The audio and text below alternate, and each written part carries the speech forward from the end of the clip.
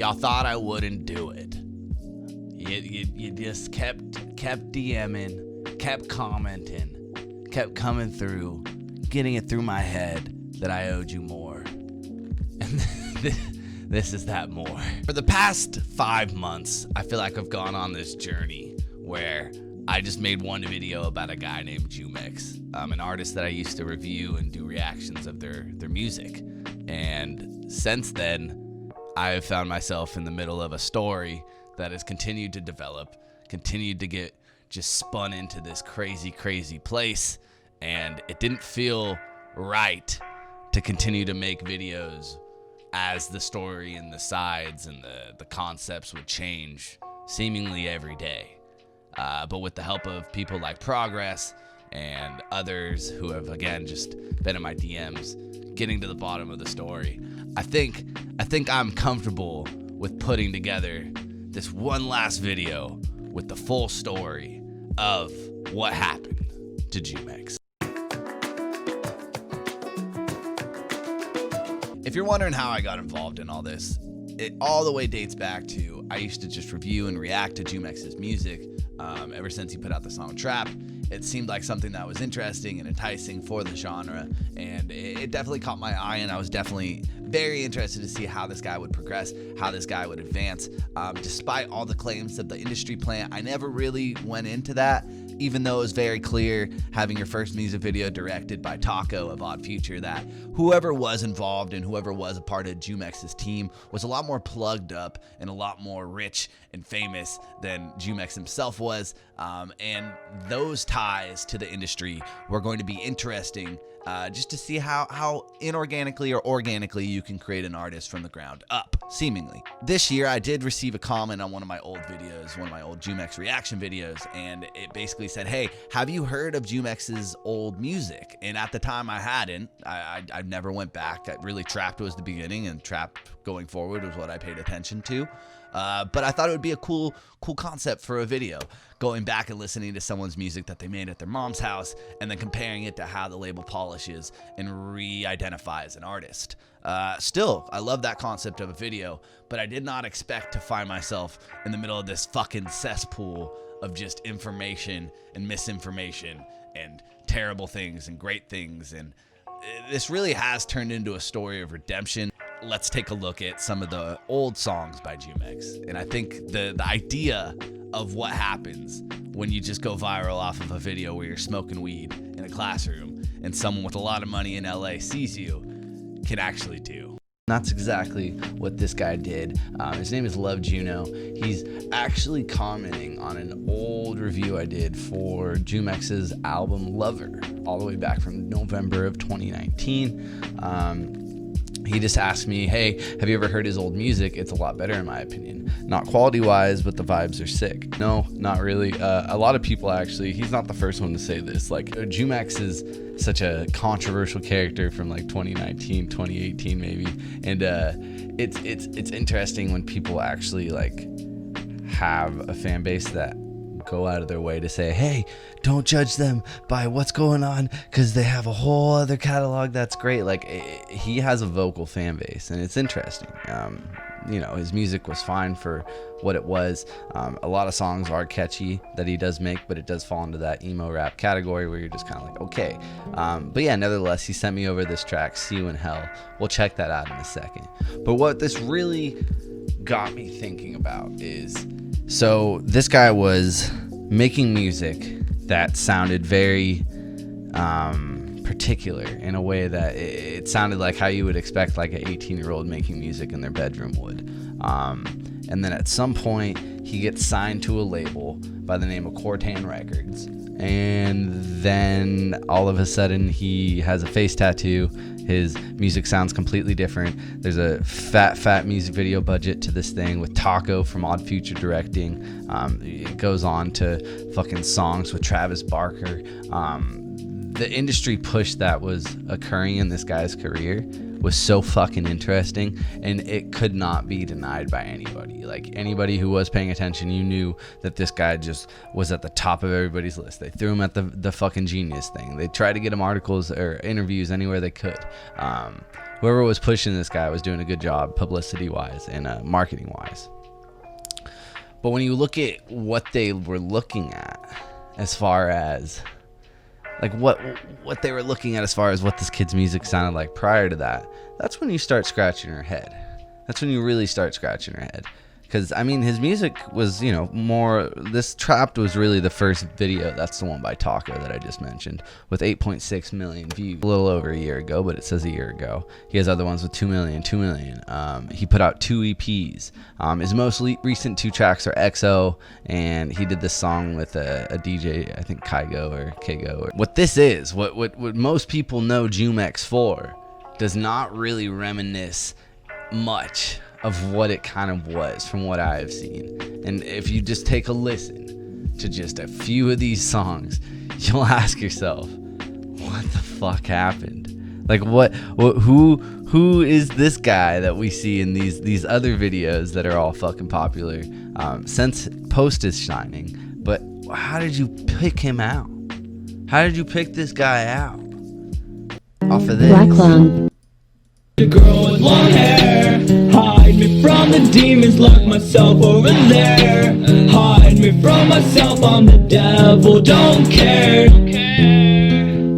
No. So he used to go by Lil Jumex, and it's just, I guess it's not to like shit on the guy's music. I'm not trying to do that, but you can definitely hear in all of these examples that this music, while it is in that sad How could you love me when style, you never see me, my heart filled with sadness. that all his tracks since being signed have shown, like the poppy aesthetic or the poppy push and flair that they just added to this very raw, My body is freezing and you kind of know I'm very deep.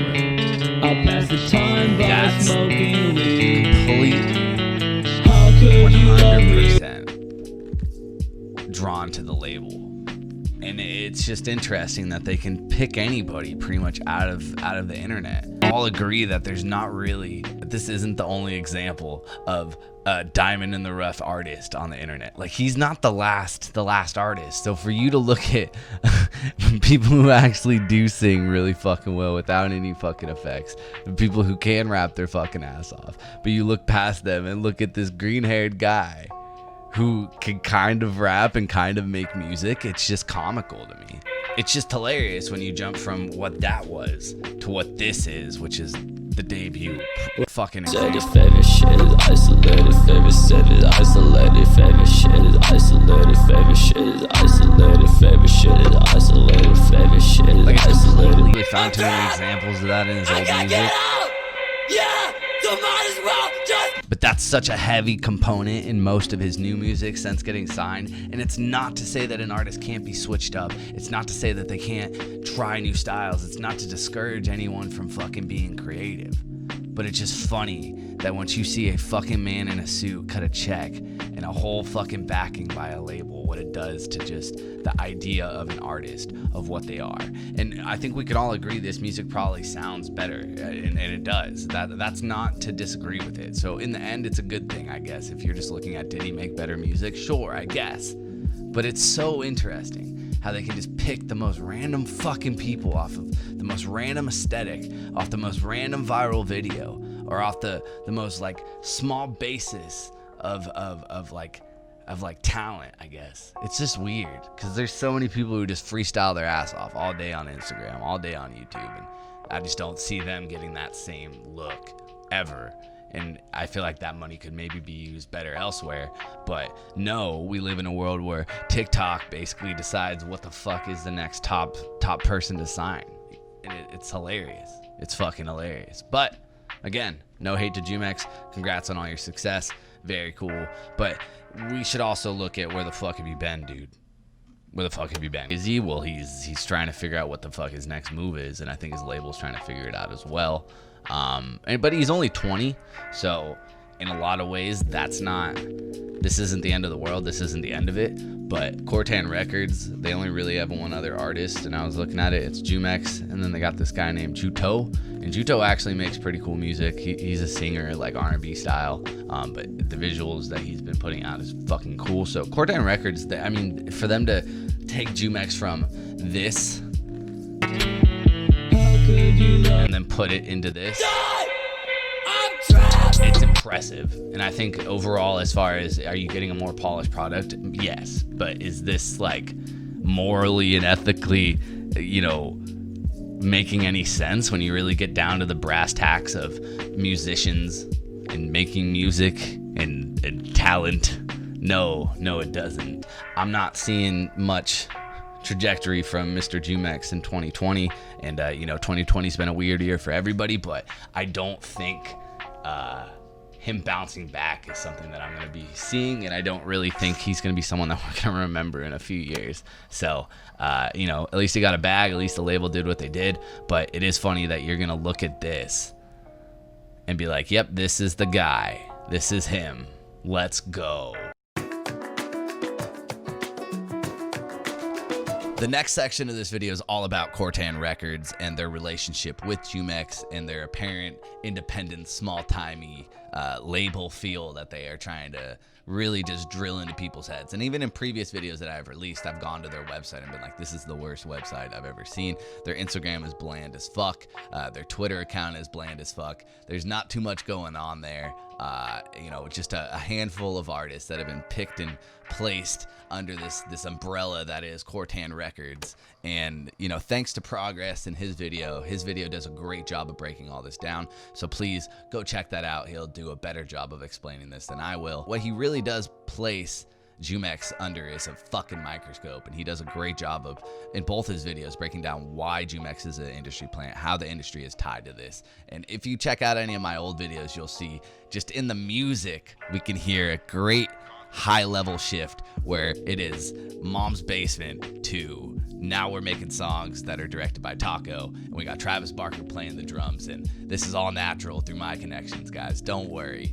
That's not the case. Anyone with two eyes and ears could fucking figure that out, I believe. But what we do know for a fact is that Cortan Records is ran by a man named Bradley Scoffer and Nick Ardino, both of which are very, very much tied to the industry.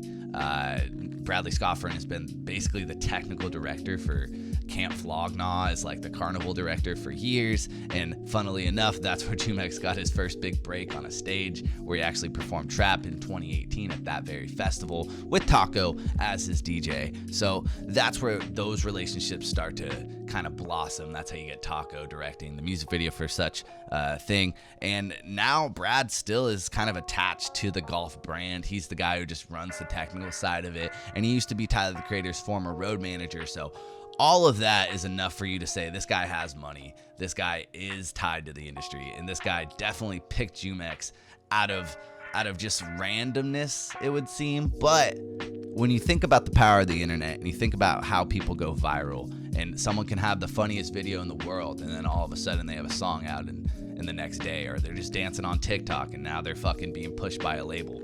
That's very, very, very common. But what isn't common is for the video that goes viral is just a guy saying, world star, they didn't think I would do it, and smoking in his classroom.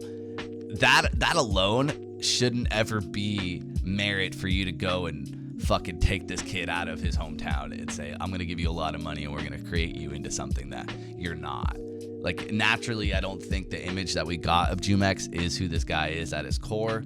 But I do find it very interesting that you're able to just see a kid smoking and saying, I'm dropping out of high school. And that is enough leverage for you to fly them out to LA and then put them in a label situation to where they are able to collaborate and basically become bigger than they ever could without putting in a lot of work. So with the ties to Bradley Scoffer, who again is the director of Camp Flog Gnaw, Tyler the Creator's former road manager, the brand ambassador / marketing director or whatever of Golf Wing, or Golf as we know it now, you break down his music and you go into the ghostwriting section. Again, this is all by way of progress, so please go check out his video. You got I Love McConan riddled across there. You have former collaborators of I Don't Know Conundrum or IDK Conundrum. You got Sad C-Rod. Those guys have all been confirmed basically to have written songs for Jumex by the request of Jumex. And there's a lot of leaked screenshots. I won't throw them on screen, but they're pretty fucking funny. If you want to go check those out, please do. But even more damning is the song Billie Eilish by Love Jumex. And that is literally a song that Lil Soda Boy had made called Strawberry Blonde. And that song is literally word for word the exact same thing. And while that isn't that uncommon in the music industry, we just saw a song that was one of the biggest of the year by the name of Lemonade by Internet Money, and that is a literal ripoff of someone else's song that was purchased by Internet Money, then given to Nav, Gunna, and Don Toliver, and they didn't really switch up any words or flow or beat, and you just let it ride.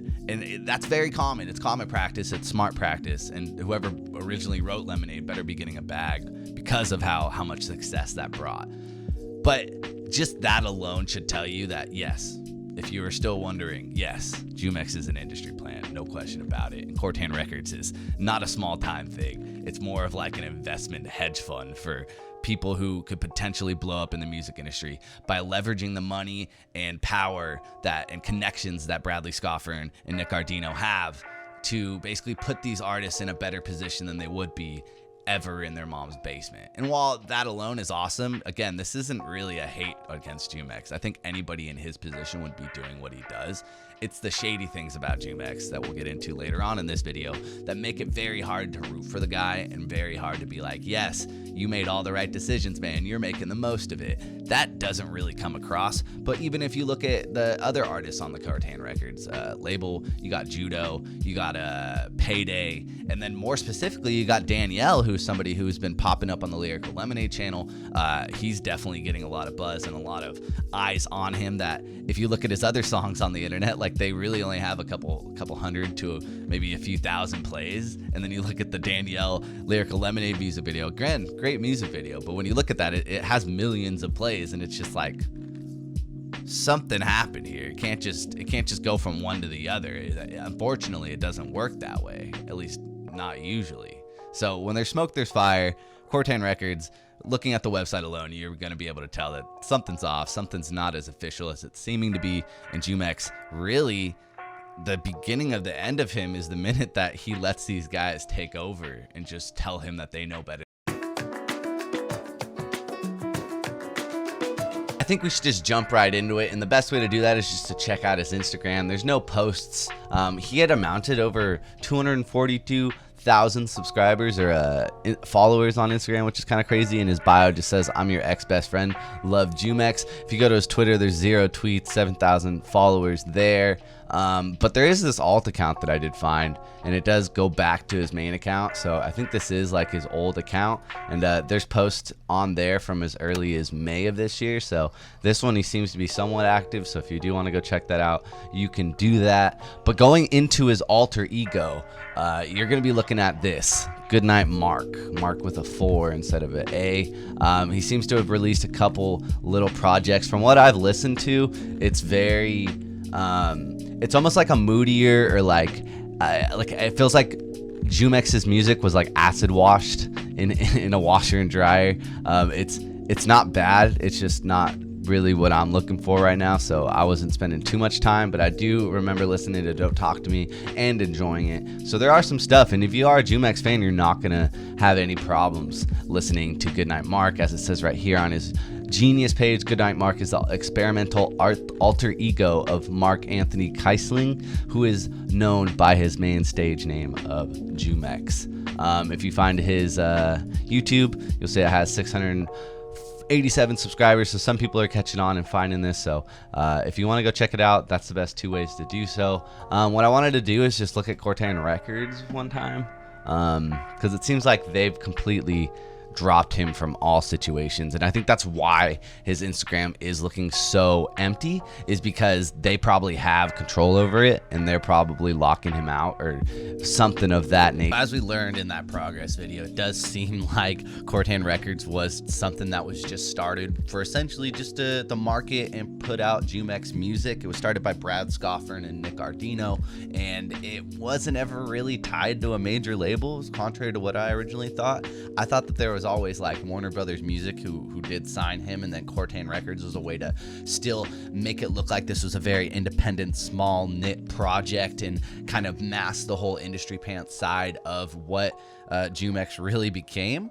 And with Cortan Records, it really was, Jumex was their first artist. Jumex never really, from what I've seen, ever had any like majority stakeholdership in the record label. So anyone in the comments who was saying, it is Jumex's record label, I mean, you're kind of oversighting a lot. It's really just the product of these two very, very rich kind of industry people who just wanted to kind of go on their own and find artists in a very infancy state and use their resources and connections in the industry to allow them to catapult to the level that we did see Jumex get to. And that's also where you get the Taco directed music video. There's a lot of connections that Jumex had, and it's all through Brad Scoffern and Nick Ardino, and Cortan Records was kind of just the mask that covered all that, so it never looked like it was as businessy and as overly produced as it was in the background. And I think we all knew that. Again, I've been saying this, like, you don't just go from making shitty songs in your bedroom and smoking in a classroom to making songs with fucking Travis Barker because you're talented. There's obviously connections there. There's a lot more behind the scenes, and to oversight that would be a mistake. But now we actually have some solid names, some solid proof. Thank you, progress. While we are on the subject of Cortan Records, I think it is important to note that while they did sign some other artists that I didn't know in previous videos, I think one's by the name of Payday, the other's by the name of Judo, neither of them were getting the marketing budget or same push, it seemed like, that Jumex was getting. It was very, very small pocketed and just a couple Instagram posts. Even if you go on Cortan Records website for their record label to this day, you're only going to find links to their social media. There's not really like a full roster. It's very small knit, and that also kind of goes back to what I was saying with Brad Scoffern and Nick Ardino. They're just kind of figuring it out as they go. It seems like they got really, really lucky and put a lot of resources into Jumex, and the world actually took notice and cared. It was kind of like a perfect storm. They got lucky, but now we're looking at this other artist. His name's Danielle, and this video popped up on Cole Bennett's channel, Lyrical Lemonade, and it actually has a really, really cool message. This video is not to be knocked at all in this video. Go watch that if you would like, but it's something to note because Danielle's actually the newest artist for Cortan Records. If you go right here, in partnership with Empire Records, which is an independent record label. I think they're best known for distributing and signing Brockhampton, if I'm not mistaken. But yeah, if you look at this is at 1.5 million views. But when you go over to the right and you look at the rest of his songs, you got shit with like 76 views, 96 views, 102 views, 1.2K, and then boom, a million. Like 29K is the lyric video on Lost Ones, and 1.5 million on this Cole Bennett video. But after that, the next most popular song from 6 months ago is called Mom, and it only has 2.6K views. Like, that's a big discrepancy, and that definitely shows that there's still a actual like industry plant like feel and concept being applied here at Cortan Records. And Danielle seems to be the new Jumex, if you will, and they seem to really be putting a lot of interest into him, so much so that they got him a Cole Bennett video with basically no music that would really warrant getting a Cole Bennett video, if that makes sense. Again, that Lost One song is cool. The video has a great message, and I think the kid is talented. So Danielle, if you're watching this has nothing to do with you. It just sucks that your parent company and the people who are putting you on are kind of suspect at this point. But I wanted to shout that out because it seems like they could actually have somebody who is going to take the scene over in a different way than Jumex did. And yeah, I wonder if the same tactics will be applied. Do you like Danielle's music? Let me know in the comment section below. That's interesting. Why they're no longer interested in him, I'm not too sure. If you go to their Instagram, their last time that they posted anything really having to do with him was earlier this year, but like around Valentine's Day, if I'm not mistaken. But they did promote his EP, the last one that he personally released back in November of 2019. But after that, they really switch over to this judo guy, which I talked about on the last video, what happened to Lil Jumex. And now it seems that they're actually all in on this new artist by the name of Payday. And honestly, she's very interesting. From all the music that I've been paying attention to, I'm a big fan. It is such a weird turn of events where you see Jumex not really, it doesn't even look like he has control over this verified 250,000 follower account. And then you go to his Twitter, same thing, nothing, following nobody. Lil Jumex alt account is still pretty dead, and you know, everyone's just kind of up in arms with question marks. But at least we've kind of tracked this whole artistry down. So if you are interested, there's this. But even fishier is this. Baby, I'm a boner. Whoa. Like, apparently he's put out an EP yesterday, which was September 26, 2020, under a different publisher, but not Cortan Records. This straight up just says Drink More Jumex. But the fishy thing is that it's kind of on its, it looks like it got tagged to the wrong Jumex account.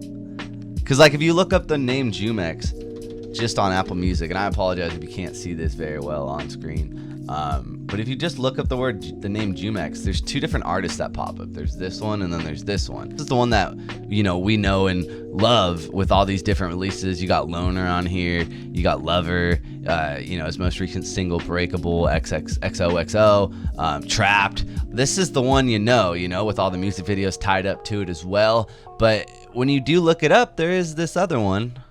And then when you click on that, yesterday, September 26th, they released an album called Boner EP, and it pretty much shares almost the exact same cover art as Loner. So while some people I saw on Reddit, someone tagged me in it, I think, and they were like, hey, he released a new album. But what I think this actually is someone, maybe not him, or definitely not his label, whoever was usually uploading the music to these streaming services, is I don't think the same person who's trying to upload Boner and successfully did. And a lot of these songs are released from before, even Emotions, which is a song that someone shouted out in the comment section of the last video I did, and they were just like, hey, this is a good example of an earlier song where he was screaming a lot. And it seems to be getting re-released. See You in Hell I enjoyed. When I listened through this album, I did take a listen. Emotions and See You in Hell were my top favorites, but those were also the two that I had found just through various, again, you guys in the comment section of that last video really went to work. So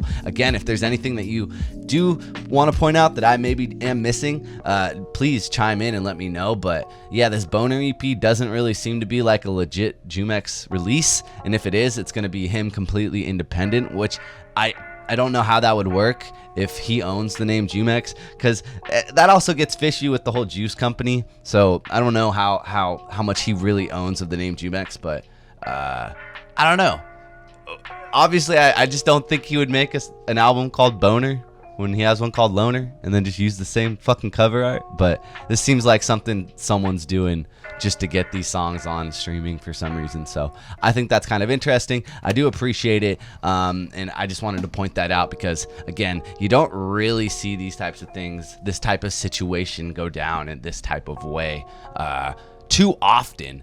And it just seems like the cord was just unplugged from this guy. Like there's no longer any like label life support or anything. It just seems like he's on an island. And if I had to guess, he's probably trying to figure out what the fuck to do, because even those Goodnight Mark tracks are good, not everybody is finding them, and he can't access, it seems, these social media accounts. So it's like he can't really tell people to go fuck with Goodnight Mark. So I think we should definitely still be keeping an eye on it. But as far as what happened to Jumex, 1, the label isn't involved anymore. 2, creatively, I'm thinking he's trying to find his way through Goodnight Mark and other things. And 3, I just think those old styles that they signed him for, maybe that like hourglass got flipped, and you know, time ran out, and what was hot is no longer hot, and that happens. That's the ebbs and flows of the music industry, and unfortunately, it seems that Jumex was just another culprit of that. Jumex has been posting music under an alter ego by the name of Goodnight Mark, and as well as the Boner EP, which was like a fake album that was somehow posted to his DSPs or digital streaming platforms like Spotify, Apple Music, Tidal, all those. And those songs it was short. It was like 5 or 6 songs. Some of them featured, I don't know, Conundrum. And funnily enough, Conundrum actually commented on the last video saying like, yeah, I don't know how this album got up here, but it should be down very shortly. Now checking today, it is no longer on his Spotify, but I was still able to play music off his Apple Music posting. So for whatever reason, it's still on Apple Music, but was taken down from Spotify. And now I think where we can kind of go forward is, one, that's a fake album. Wondering how that even got up or why that even got up. If it is like this rabid fan base that I'm starting to like really take notice to, that's even crazier. So shout out to y'all if someone somehow like really wanted these songs on streaming and you somehow not only uploaded it yourself or leaked it, but two, you literally got it on the same like the correct like artist name. Like that's kind of impressive, but it can't be that hard when you look at his artist name on a lot of these streaming platforms, and there's like this whole other Jumex like techno project that's also tied into the name. So it may not be that hard to actually just tag something to the right place, but nevertheless, that is interesting, and it did turn out to be fake. Basically immediately after posting that video on the internet, I had been recommended a video by the name of The Truth About Jumex. And you should definitely go check out this full live stream, this full video or this rip of it. It's by Travis McCluskey, and he is the owner of Love Burns, which was like the clothing brand that Jumex used to release a lot of his stuff through. And what he goes through is a whole litany of stuff, and I'm actually about to break it down exactly word by word. Essentially the next like 6 to 7 minutes of this video is literally going to be me breaking down the entire live stream that he did. So if you already know and you're already caught up, just go ahead and fast forward to this time right now.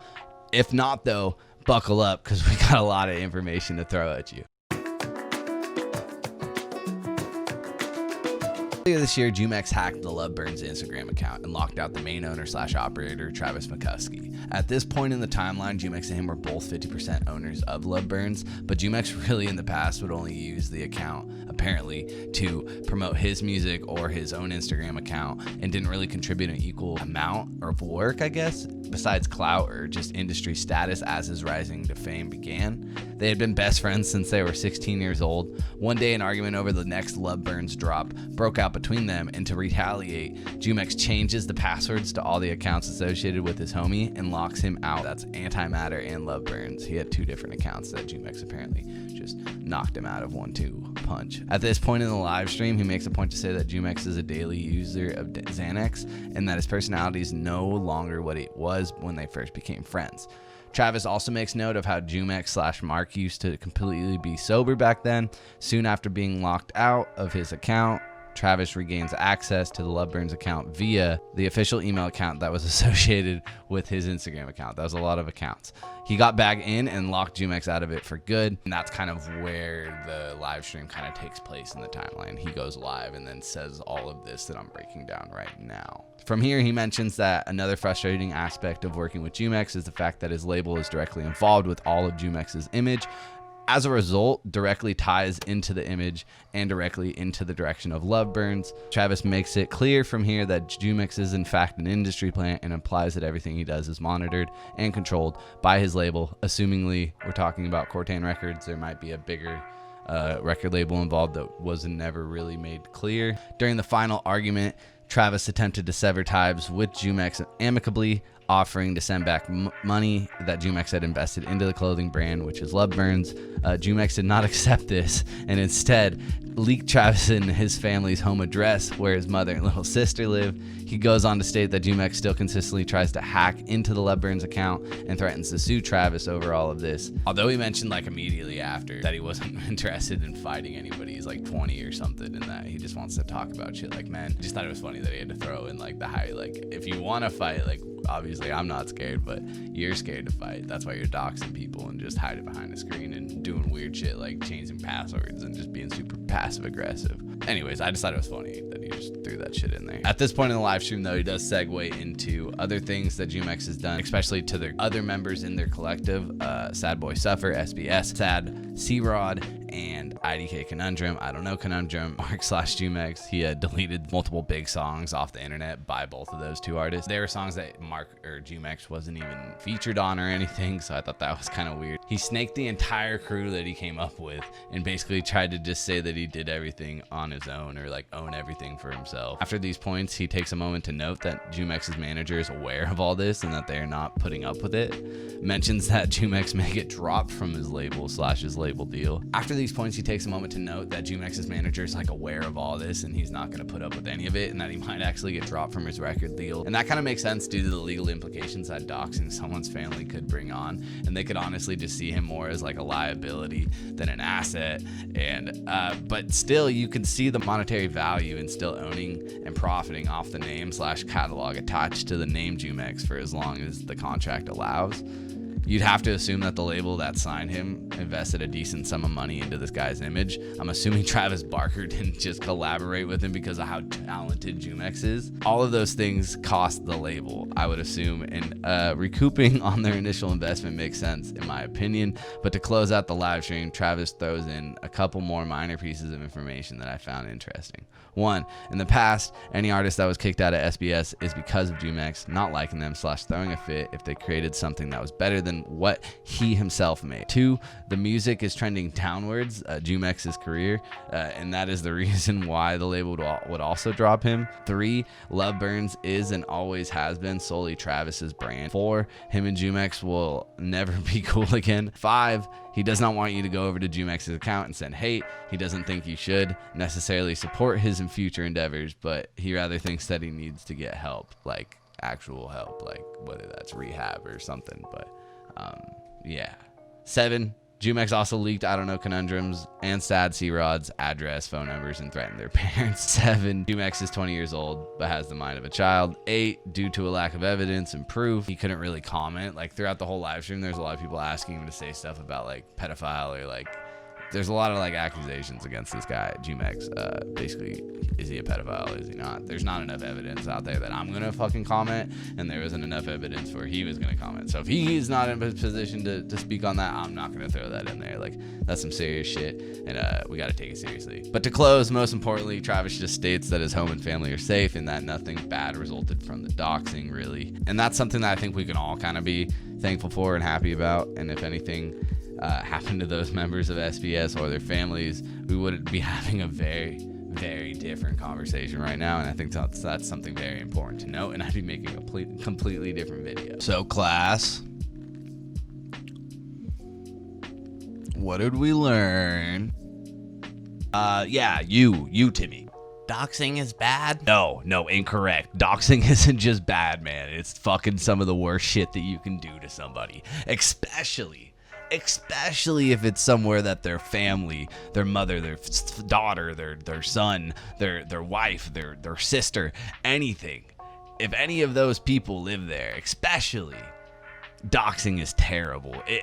Like, I get weird if someone shares my phone number with somebody else, but the idea to have the audacity to actually leak my address or someone else's address or anybody's address, like any type of personal information like that, is the biggest like piece of confidentiality in friendship. If I trust you enough to welcome you into my home, I trust you enough, and this should go without saying to anybody, I feel like I trust you enough to not share that with somebody else.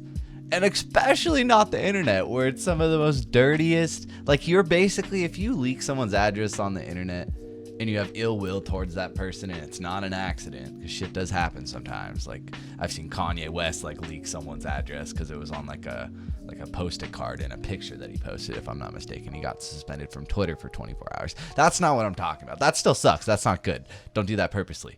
Purpose. If you're doing this on purpose, you're welcoming and inciting people to fuck with these people. So Travis, anybody else in the SBS crew, Conundrum, C-Rod, I'm sorry. Like, that's some of the most fucked up shit. And that's kind of where and why this addition to this story has taken so long, because originally I was just curious about what was going on with Jumex, but now it's kind of turned into this like awful thing that I kind of wish I never asked the question, what happened to Jumex? Kind of sucks because I don't want to be a channel where I only have one side of the story. Like, if I could get an interview with Jumex in 2020 or 2021, I will welcome that to happen. Even after all this went down, I would love to have a conversation with the guy to hear his side of the story. And it just sucks because I feel like I only have one side of the story right now. But I am working on, and I have reached out to Travis. I have reached out to various other people, and various people in his friend groups have reached out to me, and I've asked for info, and a lot of people just don't want to fuck with the guy. In fact, like, I got a message that was literally as like creepy and eerie, and just kind of like really put a nail on the coffin of like, oh, this is serious. And this obviously, again, doxing, very serious. But when you kind of hear like the way that he's formulating how he feels about even talking about this guy in a public forum, and I'll play that for you right now with complete confidentiality. I do not want anybody who is actually saying this to get spun up in anything, but just to show you that this is real, here it is. Yeah, I don't know that much of what's going on with him now, and like also I don't really want to get caught up in any drama, cause like that motherfucker's crazy, bro. And he will like, if I say some bad shit about him, he will literally like, bro, I just. And I mean, I had to like deepen the voice, or I don't know what exactly I did in the editing, but it makes you think how fucked up in the head he is, and that's a whole can of worms that I didn't necessarily want to open up, but fuck, man. Like, take it from me. You don't have to believe that. That's like a piece of anecdote. You're just going to have to trust me as your tour guide through all this. All right, fine. We'll talk about it.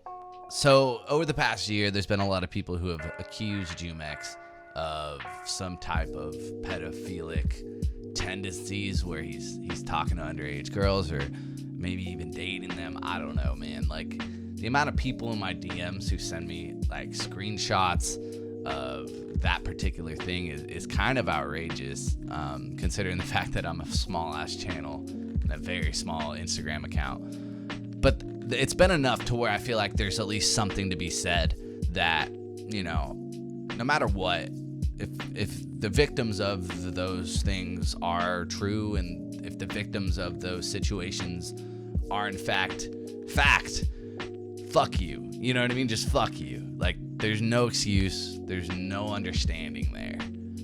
But unfortunately, we're all human here. And unfortunately, we have a tendency to lie, and not necessarily on purpose, but we can often have a bias because of how narrow-minded we are looking at a situation. So just like how I just went off about Travis McCluskey, it would be remiss for me not to at least mention the fact that he's not as clean as everybody wants to paint him as. You know what I mean? Like, a lot of the designs from Love Burns came from other designers that were never commissioned or even aware of the fact that Love Burns was going to take those art and put them on t-shirts and print them.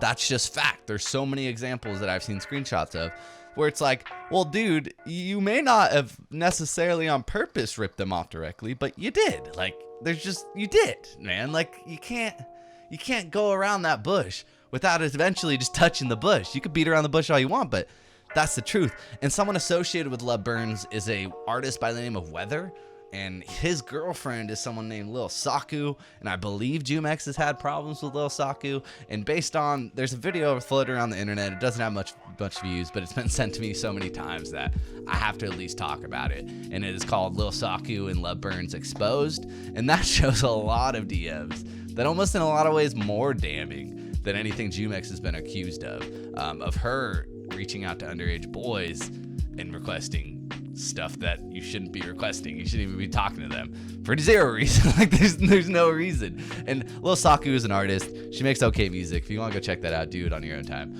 But nobody here is clean, is what I've really come down to. Is nobody here can just be a normal functioning member of society. And while you want to point the finger at Jumex and you want to point the finger at whoever, everybody is kind of flawed in their own way. And I think that's where I'll end this section. This will be the shortest section of the thing.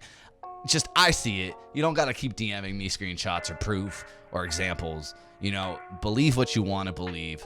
And until it's proved in a court of law, I'm not going to bring it up in a very convicting way on this channel, because it just doesn't feel right. It doesn't feel like I have enough understanding or evidence to the situation to where I'm like, yes, let's bring out the pitchforks and let's kill them all. Like, no, we're good. We're good. But there is enough there to where you can take a step back and be like, well, everybody is out for their own brand. Everybody is out for their own money.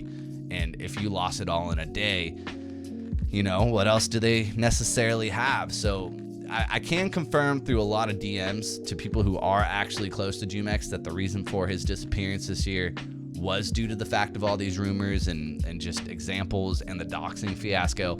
It got too hot. So you naturally, if you are the guy at the top who is running his label Cortan and you're heavily invested in Jumex monetarily, you don't want to lose everything, because there's probably a lot of money that's been invested into this kid's just whole artistry on the internet. So understandably, you're going to tell him to take a break, take a step back, and let's figure the fuck out. So that's kind of why he has been gone. But to just sit here and blindly believe everything about Travis McCluskey is true, or to believe everything Jumex is innocent, like, no one's innocent here. I feel like a lot of people are fucked up in this situation, and they do need help. And, you know, if you are a victim out there, please do not talk about it. Please put your message out there. Do not let that detract you from what is important, which is the truth. So none of these people who I'm talking about have talked about this themselves. It really just feels like everyone's beat it around the bush and just not touch the fucking bush, touch the bush. Just do it so we can get a personal connection and understanding and take from the person who was involved in these situations. Because if not, you're just going to have people like me making exposed videos on the internet who are just saying, oh, look at this. And that's not the point of this. I'm just saying, I understand that this is a thing. Y'all are saying, why don't you talk about this? And the answer is because nothing can be proven. Nothing has any substantial concrete evidence. It's just he said, she said. And at the end of the day, there's only so much I can say without taking a side or putting myself in danger by acting like this is all fact. None of it is proven fact. Nothing has been proven in a court of law. You know, people are shitty. That's a fact. People are shitty. We are flawed individuals. So to be at a person of power, such as someone with more than 100,000 subscribers or followers on the internet, you know, you have a responsibility to not take advantage of your audience. And if you have a brand, you have a responsibility to not rip off other artists and act like it's your own brand. All of that is true. And I don't think that we should take that lightly, because it does show the type of people that we're dealing with here. And, you know, there's only so much me or you could talk about or do to fix the situation. But nothing is fact. Nothing is proven. I don't know shit. But I will say that it was enough for me to read and understand to where I'm like, what is true? Everybody is just a piece of shit to me, and I don't know what else to say about it. All that being said, though, fuck that last segment. I hated recording that.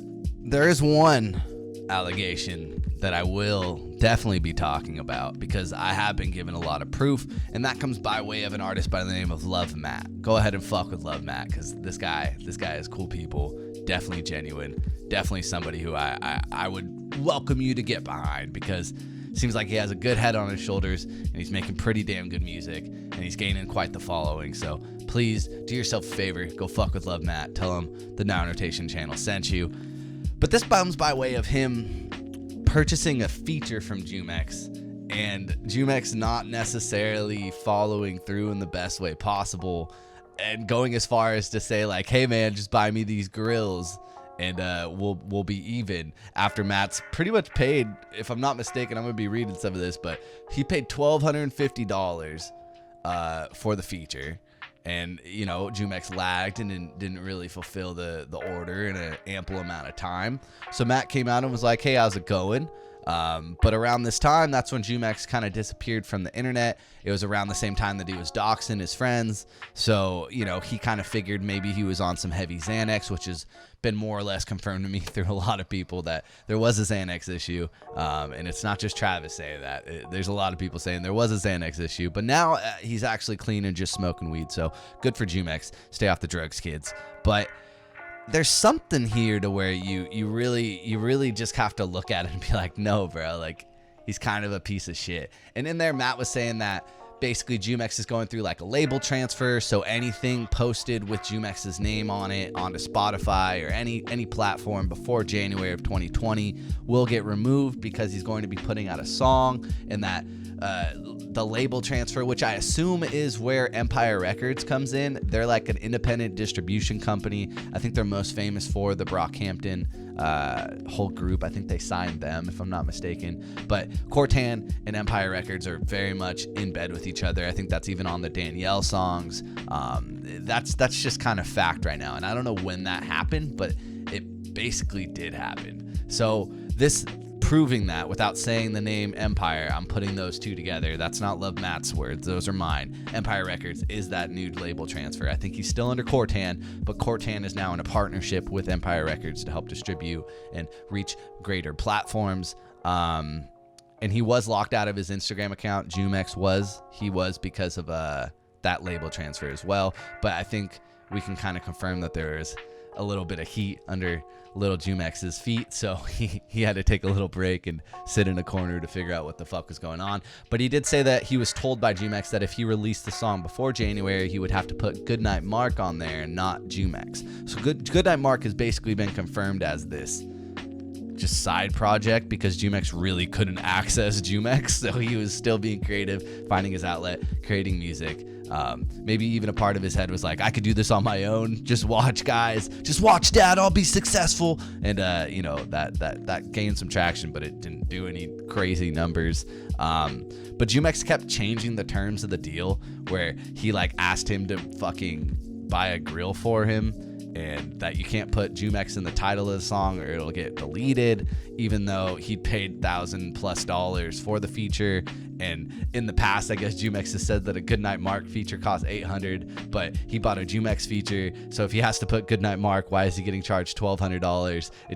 It was all bad. I felt bad for the guy when he was explaining it, and there's plenty of screenshots that I'll throw on the screen right now.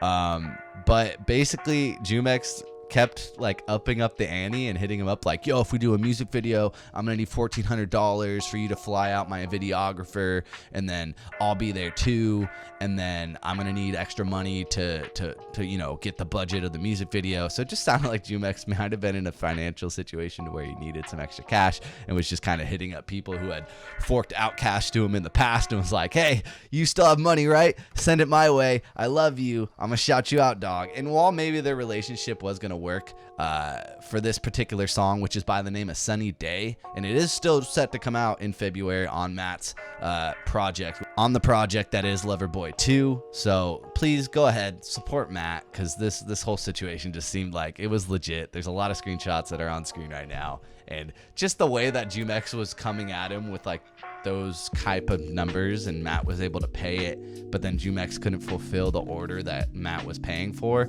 just kind of shows that there's probably a lot of people who do not have attraction and do not have the ability to like send this and have me see it or have any footing or screenshots. Like Jumex has probably done this a couple times, like using that name Jumex and saying, hey guys, if you want to feature $800 right now, and then he just never does it. So I wouldn't be surprised, allegedly, if that was the case, but I can fucking 100% in concrete tell you that the transaction that he did with Love Matt was not cool, and there's literally zero reason for you to say, oh, that's just business, because it's not. It's shitty business, and it's fucked. It's fucked, all around fucked. But please go fuck with Love Matt, LUVMATT. I do like this guy, and I had to give him his own little section, because gotta be other people like him. Gotta be. A few things that we've definitely ran into with the whole Jumex saga is, one, what the fuck happened, he just kind of disappeared. Wasn't really posting music. All of 2020, there's maybe been 2 official Jumex songs. The rest have been just leaks, etc. on the interwebs. And there's been a lot of drama, and we've definitely covered that. But really, just the main question is the label still involved? Is he even still making music? Why was 2 different personas made to release like unofficial / official Jumex music? Like, it's still Mark, but Goodnight Mark and Vomit are like completely different names, accounts. They seem very derivative from the Jumex brand, but that to me always rang as something that you would do if you didn't have control, or even if you didn't own Jumex anymore. Like, the label dropped you or shelved you and said, hey, you don't even own this name, sir. So sorry, but go figure it out. And that's where I always pictured Goodnight Mark and those other accounts coming from. But for him to kind of come back onto the internet and post on his main account this picture just the other day, saying I missed you guys, really shows with the different hair color too, the pink instead of the green. It's a whole new Jumex. He like went into like a little chrysalis and popped out a beautiful butterfly, hopefully. But it's still, just regardless, an interesting sight to see that he's, 1, acknowledging that he's been gone forever, and 2, is still using this account, verified and all, with its 250,000 followers. The link in the bio leads you to this, which is basically just a link to all his different social medias. And with the TikTok, Instagram, Spotify, YouTube, Facebook, I'm gonna actually throw up his Snapchat, because I was sent that by one person in my DMs. I didn't actually see if I could use his name, so I'm not gonna reveal that for his sake of privacy, but shout out to you, you know who you are. But that's on screen right now if you want to go check out the Snapchat. The Snapchat seems to be the one thing that he can use no matter what. Like, with this Instagram hiatus and him coming back, that definitely shows me that the label, at least partially or somewhat, definitely owns this account and is allowing him to curate it very specifically. Like, he can't just freely go live or post on it, it doesn't look like, or I think he would have by now with all the bullshit and everything. So I think we can confirm that there's definitely like an industry figurehead that kind of runs the business side of Jumex, including an Instagram account. But that Snapchat was always getting posted on, at least much more frequently in the past few months and over the summer, etc. So following that Snapchat is actually a pretty smart idea if you're someone who just wants to always keep up to date with anything Jumex. I feel like that's a good place that he posts a lot of the time, so definitely go check that out if you are interested. But really, the other piece of thing is he posted a TikTok as well. And the TikTok, usually I wouldn't give a fuck, because I'm not that tuned into like artist TikToks. Like, I'm still just a Twitter and Instagram guy for the most part. But he posted a new song, or at least snippeted a new song. And this is really smart. This is something that a lot of underground artists are encouraged to do by their labels, is to kind of go on here and sing in front of a microphone with an instrument, and just kind of make their songs pop off in like an organic way from that. Like, don't just upload a song, have the song get some traction on TikTok and then see what happens from there. He used to post on TikTok though earlier in the year, back in June. This was when this was last posted. So this one coming a day ago also shows that there was a big hiatus, which makes me believe that there was some reasoning or someone above him saying, hey, take a break, kid. Take a seat on the bench. And he wasn't really able to use all these accounts in like a normal way that me and you would use our Instagram, which would lead him making these other accounts and using them in the meantime, which would also kind of lend credence just by in nature that there was definitely a rift of some sort going on. But let's check out this new song. I heard it's called like Snakes and Spiders or something. So and a lot of people were shouting this out, saying that they're excited. So let's check it out together. This is Snakes and Spiders. And the snakes, 'cause humans make mistakes, and I knew right away. They say lunatics are brave, and humans make mistakes, and I knew right away, and I knew right away. Don't shake the spiders. So yeah, super short, but that does show a little bit of maybe he's talking to the audience a little bit, even though in that song he's talking to someone else, just saying like humans make mistakes. Like maybe this is like the start to some music that lends to the, you know, whole I'm sorry mantra that I think we're definitely gonna get at some point. I don't think you can just ignore everything. You know what I mean? I think the fans are always going to be asking this guy if he doesn't lend some type of understanding or explanation or just anything like that. Or you can just ignore, deny, and eventually people will just give up anyways, because the internet literally only has an attention span for like 2 days. So regardless, this video is pretty short and sweet, pretty straightforward. Jumex is back. That kind of puts a small end to this way too long of a chapter of what happened to Jumex and catching up on all the crazy shit that has just kind of transpired in the last 6 months to a year. And yeah, looking forward, you can follow him on all these different platforms as well as the Snapchat.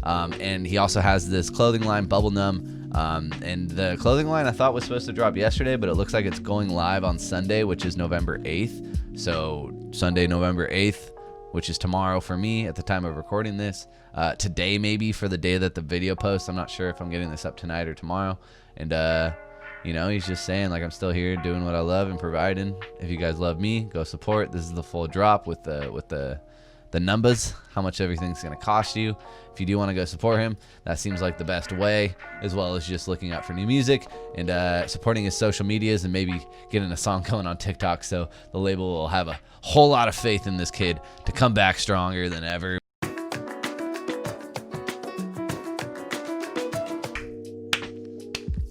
If you made it this far, you're a real ass motherfucker, I'll say that. In conclusion though, where we're going with Jumex, I don't know. I don't know where you go from here as far as finding a solid answer of what the fuck this guy is gonna do in the future. There's a lot of people that are mad. There's a lot of people who are confused. There's a lot of people who are passionate though and just want to see this guy win. And I think in the end, I just want to see everybody win. Like, I just want to see everybody get back to a place where it's about the music and the music's good. And, you know, in the future, I hope he can release something that does grab the eyes and does show some reflection on the things that maybe he has done that is wrong, and show how he has learned and how he's going to evolve. All these people that I've talked about are very fucking young. So there's so much room to grow, and there's so much that they can do to kind of learn from the experience, grow from the experience, and hopefully, you know, they still have a fan base and an audience to talk to once they figure their shit out. But as far as what I think is going to happen, I have so much intel that says Jumex will be dropping in February of 2021. So expect a lead single. I had somebody in my DMs who was telling me, man, this new song, like this single is fucking good. And if you're familiar with the artist Trevor Daniel, he's someone who's known for his song Fallen, which was all across the charts all of this year and last year, if I'm not mistaken. Trevor Daniel is somebody who is signed or was very much integrated with the Internet Money whole scene. So I give a lot of credit to them for his like sound being developed. But that is what I've been told that he's kind of trying to go for. So I think he is going to go for the whole e-boy, like alternative sound, not so much screaming and like I'm depressed. I think there will be a little bit more sunshines and daisies, and I think that can kind of be attributed to the pink hair that we've been seeing in recent photos. So a return is coming. We'll see how it goes. You got to ride this thing so meticulously. If you are in charge of Jumex on a management level, like, you need to make sure that this first track that you come back with is not only good, but also shows like a level of development as a person and as an artist. But everybody in this whole video that I talked about is so goddamn young that they have so much time to improve and just learn. And I think that is like the main key here. Is I'm excited to see how everybody develops and just grows from this whole experience. This has been a fucked up year for everybody, and then to throw in all the shit that Jumex has gone through as well. There's a lot of fucking baggage on this guy's shoulders, and it'll be interesting to see how he reflects, looks at it, and just improves. But regardless, don't be a shitty person. Don't dox. Don't scam people. Don't do a lot of things that Jumex has done. But if there's one thing that I am more than happy to look out for, is to see somebody grow and see somebody learn from their experiences and see somebody actually adapt to the situation around them and I'm excited to see how they use TikTok, because that seems to be the way that they are kind of snippeting and debuting music. He's getting really into clothes designing. So, you know, this guy is talented. Whether you like it or not, there is an artist within Mark Jumex, and that is forever going to be existing, whether it's on the Vomit page or the Goodnight Mark page. Like, this guy just creates, and whether you're a big fan or you're not, that's something that I think as artists you can always hang your hat on and say that, like, we're all damaged, we're all flawed, we all have problems. Unfortunately, his are a lot more public and, you know, in the spotlight than ours are necessarily, but there's something to be said here, and I think that no matter what, I just want this guy to grow. I just want this guy to learn. I just want this guy to improve, and I think that just goes to be said for everybody involved. So again, just support these people if you can. If you can't, don't fucking give them much time of day, because it isn't worth the fucking stress. Like, if you're a hater, be a hater, but don't give your energy to that shit. Like, let's see how this develops. Let's see how it grows. And, you know, if you made it this far into this video, thank you so much. This has kind of been 4 to 5 months of my life. This edit's been going on for a long time. A lot of messages, a lot of sifting through the bullshit, a lot of understanding, and I'm fucking done. Like, I do not want to make another video about this guy or this situation for a long time. And I know I said that the last time, but there's just so much that develops that I felt like it was right to wait and give you guys a fat ass video at the end of the year that just kind of breaks down everything that happened in 2020 with Jumex. So if you have made it this far, you're a fucking real one. And if there's ever any time where I could beg you to like this video, this is it. Thank you. Please do. And if I earned your subscription, that would be awesome. There's gonna be a lot of content, not, I hope, as dark and exposy as this one, but I'm definitely gonna be putting in a lot of work into my videos next year, and I like this style of video. So if you are a fan of me talking to you at the camera, please come on and join the party. We're almost to 1,000 subscribers. That would be awesome. But nevertheless, thank you so much for tuning in. Go ahead and fuck with Love Matt, fuck with Love Burns, or fuck with Love Jumex. Whoever you love, just go fuck with them and be authentic to yourself, because in the end of the day, that's all we really can do for each other, and I think that's important. Other than that, my name is Garrett. This year has been fucked. Thank you so much for tuning in. You can follow me on Twitter at YoGRRT, YOOGRRTT, Instagram as well. Now INROTATION on those 2 platforms as well. Take care of yourselves. And that is all, you beautiful folks.